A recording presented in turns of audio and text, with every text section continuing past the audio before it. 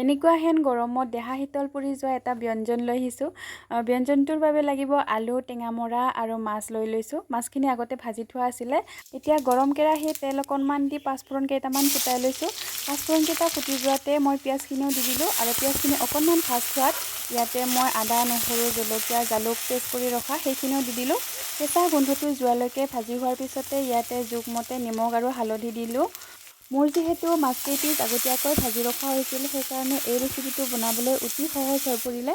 আগতীয়াকৈ বইল কৰি ৰখা আলুকেইপিচো হাতেৰে মোহাৰি কেৰাহীত দি দিলোঁ আৰু ভালদৰে লৰাই ভাজি থাকিম।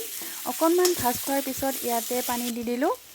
অকণমান বেছিকৈয়ে দিছোঁ, যিহেতু টেঙাৰ আঞ্জা হয়। টেঙাৰ আঞ্জাটো এনেও খাই ভাল লাগে। এয়া পানী দি হৈ গ'ল, অকণমান ঢাকি থৈ দিম আৰু দেখিছেনে কি ধুনীয়া উতল আহিছে। এইখিনি সময়তে মই টেঙামৰা পাতখিনি দি দিলোঁ আৰু মাছকেইপিচো দি দিলোঁ আৰু এইবাৰ এটা উতল অহাৰ পিছতে এইখিনি হৈয়ে যাব।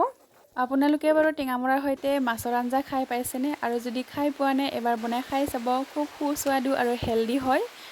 আমাৰ ফালে এই টেঙাবিধৰ নাম মেষ্টা টেঙা বুলিয়ে জানো, আৰু কোনে কোনে এই টেঙাবিধৰ নাম মেষ্টা টেঙা বুলি জানে কমেণ্ট এটা কৰিবলৈ নাপাহৰিব। ভাত হয় মানে 2টা বাজিছিলে আৰু দেউতাৰো লাহে লাহে ভোকটো বাঢ়ি আহিছিলে। সেইবাবে দেউতাৰ থালখন ধুনীয়াকৈ পৰিৱেশন কৰি দিলোঁ। আৰু যদি মোৰ ভিডিঅ'টো চাই ভাল লাগিছে, লাইক কমেণ্ট কৰিবলৈ নাপাহৰিব। আজিলৈ আহিছোঁ, বাই।